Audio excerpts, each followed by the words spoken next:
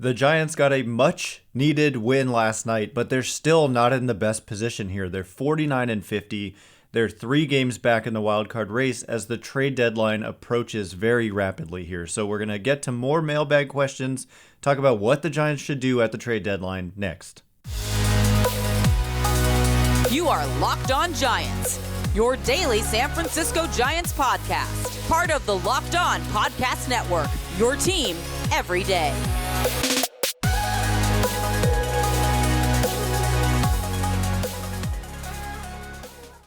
Hello and welcome to Locked On Giants, part of the Locked On Podcast Network, where it's your team every day. My name is Ben Kaspick, and on the show we provide daily episodes Monday through Friday, talking about the San Francisco Giants in a way that's data-driven and rational, but also simple, passionate, and accessible to all. I'm a former contributor for the baseball statistics and analysis websites Beyond the Box Score and Rotographs. I've been podcasting about the Giants since 2015, and I'm a lifelong fan. Thank you for making Locked On Giants your first listen every day. We're free and available wherever you get podcasts. Today's episode is brought to you by BetOnline. BetOnline has you covered this season with more props, odds, and lines than ever before. BetOnline, where the game starts. And where we start today, I want to briefly just mention the Giants got a much-needed win. What stood out to me, Alex Wood pitched great. Gabe Kapler showed some fire. He actually came out and kind of yelled at an umpire, which is something we have very rarely seen from him. He's talked about this team needing more fire. Well, should start with him, and it was actually good to see. Sometimes if you're frustrated out there and the umpires are doing foolish things, as umpires tend to do sometimes, go out there and yell at them a little bit. I think that that's a good thing. So it was good to see. And Yermin Mercedes had a big hit, and Camilo Doval. Honestly, the biggest takeaway from the game for me was Camilo Doval is throwing a sinker. Okay, so he didn't have this pitch until a couple weeks ago. He first featured it in a game on July 14th, and his whole arsenal gets unlocked by this pitch that runs in on right-handed hitters to me, because his slider and his primary fastball, which classifies as a cutter, both are either kind of straight, the fastball with a little cut, and the slider, obviously big movement away from righties. And if you can add upper 90s moving in on righties, it just unlocks the whole thing. He's not had great results on his primary fastball, and people ask, why doesn't he throw his fastball more?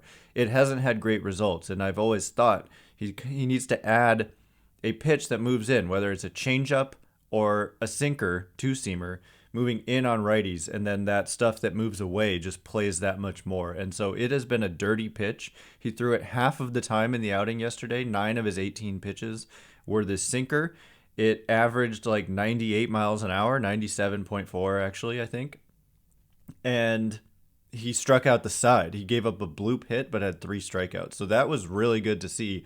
And Doval, this is the thing, that like the theme that has emerged almost in the immediate past for me is that there are some players besides Logan Webb who have kind of future value to this team. They're helping them now, and they're going to help them moving forward. And Doval, if he's already been good, and if he can add that pitch and just, I think he could be dominant. I think he could be, I mean, we all can see that the potential is there with this guy. But man, did he look unhittable basically last night. So I'm very intrigued by him. You've got Logan Webb, of course, under club control for multiple seasons. And you've got guys like Thairo Estrada, he's been kind of hot lately. He's been one of the few bright spots in the lineup recently, and he's played a decent shortstop in, filling in for Brandon Crawford. So I'm intrigued by Estrada. He's had a solid year. And then you've got guys like Luis Gonzalez, who have also had a solid year. So anyway, let me just jump right into the mailbag questions, and some of these are tied in with those points. But Russ says, you think it's most likely the Giants sell, buy, or pretty much stand pat at the trade deadline? I have said, and I'll continue to say, that I don't think standing pat makes any sense for the Giants, because I do think if you're going to stand pat, you might as well make some minor additions that don't cost too much in terms of prospect cost. Like, you can get a couple bullpen pieces without giving up your top prospects, and that would absolutely be worth it, as opposed to just standing pat. I just don't think it makes any sense at all to stand pat. And so for me, given their position right now, like I said, 3 games back in the standings as of right now, and playoff odds according to FanGraphs of 24%. this isn't the question wasn't what does Ben think they should do? It's what do you think is most likely? I think buying continues to be the most likely. And I can hear the collective groan from all the team sell listeners out there. And I've talked about this a ton. Like, all we're talking about is the trade deadline. In order to sell, it really, really better be worth it, because you're giving up on a season that, while it has definitely looked bleak recently and for much of the season, they just haven't looked like a great team. You're still in the race and you can get into the playoffs, and you just never know what's going to happen in the playoffs. And if you're sitting there thinking you do know, you don't. And if you think you know, go ahead and bet at BetOnline on who's going to win each and every playoff series, and let me know how that works out, because baseball is unpredictable. And while I encourage you to go to BetOnline and place some bets if it's legal where you are, it's hard to bet on baseball because it's so unpredictable. So for me, if you have a shot, you go for it. And I'm not saying give up your best prospects to push all your chips in on 2022. Like I said, though, you can add a Joey Wendell and a couple of bullpen pieces without, you're just giving up maybe some lottery tickets to those teams, because these guys they're not superstar talents, and they're impending free agents on teams that are not contending. And so if they don't trade these players, the players are going to hit free agency and leave, and they get nothing. And so they don't have a lot of leverage on these guys. And so if you give them something of some intrigue, you can get a decent player at the deadline without giving up much. And so for me, at the very least, that makes sense. However, I would still simultaneously parallel paths here, listen on trade offers. And I talked about this yesterday. I don't think you're getting anything of significance for any of your obvious trade candidates except Carlos Rodón. Jock Peterson, not going to bring back much in a trade, even if he was playing well, which he's not. He's really not playing well. And he's limited defensively, limited as a runner, limited at the plate because he doesn't hit left-handed pitching well. He only hits right-handed pitching well. And so he's kind of one-dimensional, and he's signed for 2 months, and you're just not going to get much for that. Rodón, on the other hand, could be an ace in October, could lead you to the playoffs, and could potentially go on a run. Like, if he's pitching well, he's an ace in the playoffs, and that's very valuable. And so I think they should absolutely listen on Carlos Rodón, and it is possible to trade a guy like Rodón, and they have some rotation depth. Like, Matthew Boyd could be coming back. They've got their rotation has actually been pretty solid. If you lose Rodón, it takes a big hit, but you could buy a lesser starter for giving up middling prospects just to fill in that rotation. And I don't know. I don't think that's the best path, but I do think that small additions at this moment in time, I'm on team make small additions. I know some people don't agree with that, but here's the thing. If you make large additions, you're giving up actual future value, like valuable future pieces. Like if you're talking Marco Luciano, Kyle Harrison, Luis Matos, any of your top guys, I just don't think they're in a position to give up those guys on win now moves. They need those guys to start being infused into the majors. Now, if you're talking about Juan Soto or Shohei Ohtani, I start to say, well, that may be a different story. But first of all, I don't think Ohtani probably ends up getting moved, even though the Angels probably should trade him right now. And Juan Soto, I just don't think the Giants are the favorites. But yeah, small additions, but meaningful additions. Like, these guys would bullpen help and defensive help. When I mentioned Wendell, he can hit right-handed pitching. He can play above average defense at third, short, and second. And he's left-handed. I think that left-handed as a hitter, right-handed as a thrower. I think that would help this team a lot. And then maybe a similar type of player in the outfield. You could buy low on a Joey Gallo and just hope he figures it out. Just something. Their outfield is kind of crowded, but maybe you trade Peterson and you bring in, I don't know. Anyway, coming up in just a minute, we're going to get to our next question, which is looking at the silver lining for the timing of the Giants' collapse here. And there is one. But first, as you gear up for fall, you need the right people on your team to help your small business fire on all cylinders. LinkedIn Jobs is here to make it easier to find the people you want to talk to faster and for free. Simple tools like screening questions make it easy to focus on candidates with just the right skills and experience so you can quickly prioritize who you'd like to interview and hire. It's why small businesses rate LinkedIn Jobs #1 in delivering quality hires versus leading competitors. LinkedIn Jobs helps you find the candidates you want to talk to faster. Did you know every week nearly 40 million job seekers visit LinkedIn? Post your job for free at linkedin.com/lockedonmlb. That's linkedin.com/lockedonmlb to post your job for free. Terms and conditions apply. Okay, as promised, we are going to continue getting to these mailbag questions. I'm feeling much better. I don't know about you, but my goodness, like I was cranky for like a couple weeks straight there.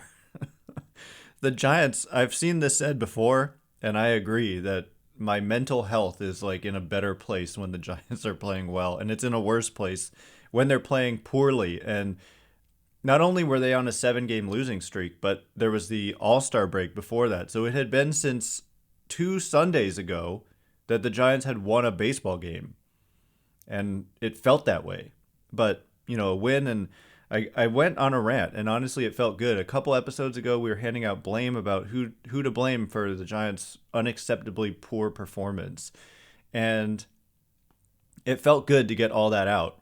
And it needed to be said, but at the same time, I'm feeling a little bit more rational about the situation. And the situation is that they're still in this race. As poorly as they played, I do think that better defense and would go a long way on this team, because the pitching numbers are like suggesting much better results than they've had. And I just 100% blame the defense, which has just been extremely bad. And so if you start tightening up the defense, we saw that last night. That's the other thing that stood out from the game last night, is they played good defense.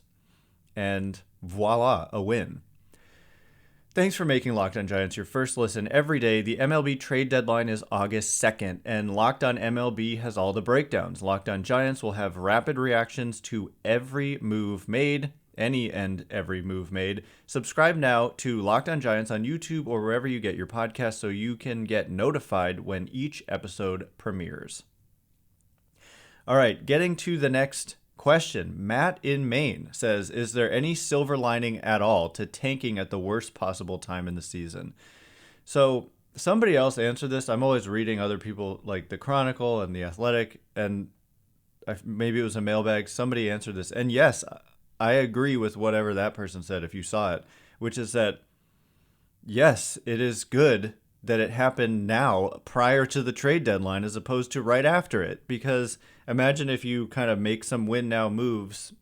As I've said, like even if you go out and get a Juan Soto in baseball, the Nationals have Juan Soto and they're the worst team in the league. So one player does not completely transform your team. It just doesn't work that way in Major League Baseball. And even two, Shohei Ohtani and Mike Trout have been on the Angels, and the Angels are always bad. Trout's hurt right now, but anyway, so let's just say you give up Luciano and Harrison, you just push all your chips in, you go get Juan Soto, and then everybody else around him has the type of performance we just saw over the last week. And he can't do it all, and he's rated as a poor defender, so maybe he's contributing to your defensive incompetence. And it would be like, oh no, we just did all this. We just pushed all our chips in. Maybe you get somebody else in addition. You just like shell your farm system trying to win now, and then your team falls apart after the deadline.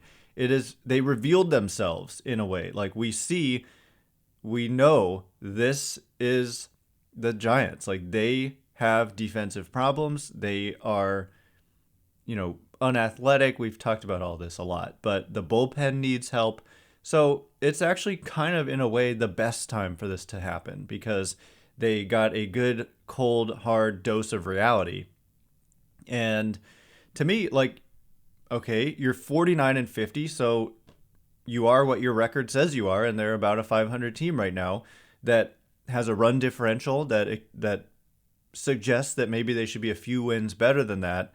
And all these indicators that the defense, like I said, if you could just tighten up the defense, then maybe you would be much better. And so I think it's a perfectly fine time for this to have happened. They didn't kind of do anything that they regret with this happening at this moment in time. So it's fine that it happened now. Better before the deadline than after, in my opinion.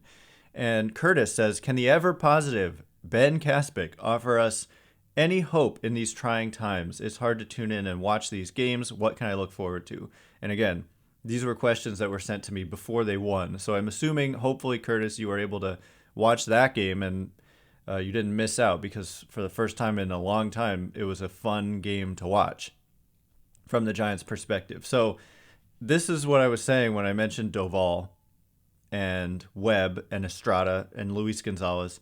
I do think that there are some players on this team who represent kind of hope for the future. Not that they're terrible right now, right? They're like a 500 team right now.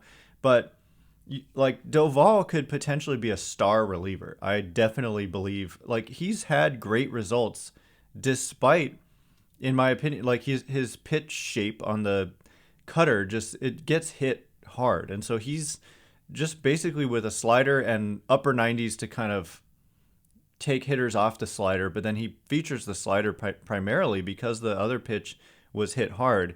But if you add that 99 mile an hour sink, I think the other fastball, which is called a cutter, even though it's often mostly straight, I think, and then the slider, which has always been great, it unlocks the whole arsenal. But even with this other, the limited arsenal, he had a career 2.88 ERA, 3.33 FIP, 3.06 expected FIP. So the numbers have been really good for him, even though he's been a work in progress.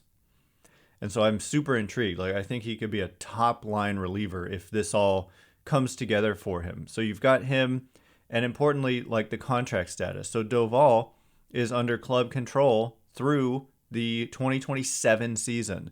So you've got him for 5 more years after 2022 if you want. That's the thing about club control and being pre-arbitration eligible. Arbitration eligible is like every year is a club option. You're not committed. So if things go south, you can always get out from underneath it. But if he pitches well, you have the club control.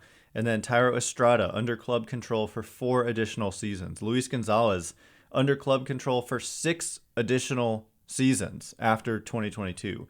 And then Logan Webb under club control for 3 seasons after 2022. So they've got some future pieces here. The kind of issues that Estrada and Gonzalez, while useful players, are not stars. But that's why I'm like, do you trade a Marco Luciano? Because you kind of need these guys to come up from the minor leagues and be real contributors and like not just platoon guys. Marco Luciano, if he's a platoon guy, it's a disaster. That's the thing, is they need everyday talent to come up through the minors, and eventually that'll happen. And so in the meantime, I think we've seen strong performance from a couple pitchers and a couple position players who look like they're going to be here a while and be semi-foundational pieces to varying degrees. So the next question comes from Gonzalo V, who says, Giants trade Rodón and flip those prospects and others for Jazz Chisholm and Pablo Lopez. I think Lopez is a little more even temperament. So we're going to answer this question, which is obviously an intriguing one. Jazz Chisholm and Pablo Lopez, both very good. So what is the feasibility of something like that? We'll talk about it momentarily. But first, BetOnline.net is the fastest and the easiest way to check in on all your betting needs. Find all your favorite sports and events at the #1 online source for odds, lines, and games. Find reviews and news of every league, including Major League Baseball, NFL, NBA, NHL, combat sports, esports, and even golf. BetOnline continues to be the top online resource for all your sports wagering information. From live in-game betting, scores, and podcasts, they have you covered. Lately, they've been putting out a bunch of odds about Juan Soto's next destination, and at first, the Giants were listed as the 3rd most likely team. But in recent days, it's fallen, and the Giants were like 9th or 10th most likely, according to BetOnline last time I checked. So head to BetOnline today or use your mobile device to learn more about the action happening today. BetOnline, where the game starts. All right, as promised, more mailbag questions, and specifically this question from Gonzalo, who asks, do you trade Rodón and then use those prospects plus some others to get Jazz Chisholm and Pablo Lopez. So I'm sorry, but I'm going to have to say the reason I'm saying no is not because you don't want Jazz Chisholm and Pablo Lopez. It's because, and I think this gets like missed, these guys are not going to be easy to acquire. Like you talk about Juan Soto having a lot of trade value. Well, Jazz Chisholm and Pablo Lopez also have a lot of trade value, and you're going to be giving up top talent in order to get a package consisting of those two. And so for Carlos Rodón alone, you're not coming anywhere close to the type of talent it would take to pry not just one of these guys, but both of these guys from the Marlins. There's just almost no way that this is realistic at all. I hate to say it, but like without digging too much into this, Pablo Lopez is under club control for 2 seasons beyond 2022. Jazz Chisholm is under club control for 4 seasons beyond 2022. So you're getting, 6 years after 2022 combined for these two guys? You're giving up one or both of Luciano and Harrison in a package for these two, probably both when I am realistic about it, and that's probably not even enough. And so is it worth it? I mean, I guess you could possibly make the case given that you're getting, like, in some ways it makes more sense than Juan Soto because you're getting like the 4 years of Jazz Chisholm as opposed to just the 2 additional years of Juan Soto, and Soto's likely to want to test free agency, which is a problem because you might give up a ton to get him and then you might only have him for a couple of years. But just realistically, any prospect you get for Carlos Rodón isn't even going to get you probably a Pablo Lopez, or at least it might come close. Probably not, though. You're getting 2 months of Rodón. Whoever's acquiring him is getting him for 2 months versus Lopez, who's a very, very good pitcher, and you're getting him for 2 months plus 2 more years. So yeah, whatever you get for Rodón isn't coming close to even getting Pablo Lopez, and Jazz Chisholm has more value than Pablo Lopez. So using whatever you get for Rodón isn't even remotely in the ballpark of being enough to get these two. So I hate to say it, but that's just not realistic. And unless the Marlins just really want to give up on these two, I don't see this happening. Jonathan Cake says, how much of a free pass do Wade and Yaz get before the brass moves on from them? I think that for LaMonte Wade Jr., it's probably less time than we might think because he is out of minor league options and not performing all that well at all. And he's been injured. And he's under club control for 3 seasons after 2022. And I could see them, the Giants, that is, I could see them trading away one of these guys. And if you're going to trade one, I could definitely more likely see it being LaMonte Wade Jr. And so we've mentioned in possible packages to other teams, like Wade would have some value. He's not going to bring back a huge return by himself, but he has some value, and Mike Yastrzemski has even more value. So both are actually under club control through the 2025 season. Both are arbitration eligible. Yaz is kind of a rare guy who has 4 years of arbitration eligibility. Wade will be entering his first year of arbitration eligibility next year. Wade is kind of under the radar, a guy who could possibly be on the move in the type of buying move that the small type of buying move that the Giants might make at this deadline. So that's something to watch out for. And actually, the next question comes from Mr. Not So Nice Guy, who says, clearly the Giants are sellers and Rodón is as good as gone. But who is one guy many don't think will get traded but actually ends up moved? My guess is Belt.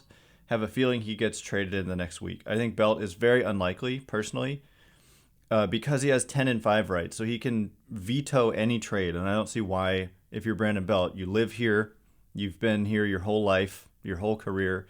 I don't see why you would accept a trade. And he's also not performing well. So I don't see why he would have a lot of value. And why would the Giants trade him for like very minimal return at this point? So I don't see that happening. And like I said, I think LaMonte Wade Jr., probably under the radar, is a trade candidate because their outfield is kind of crowded as it is. And I'm not sure he's shown enough to warrant him being some kind of foundational future piece.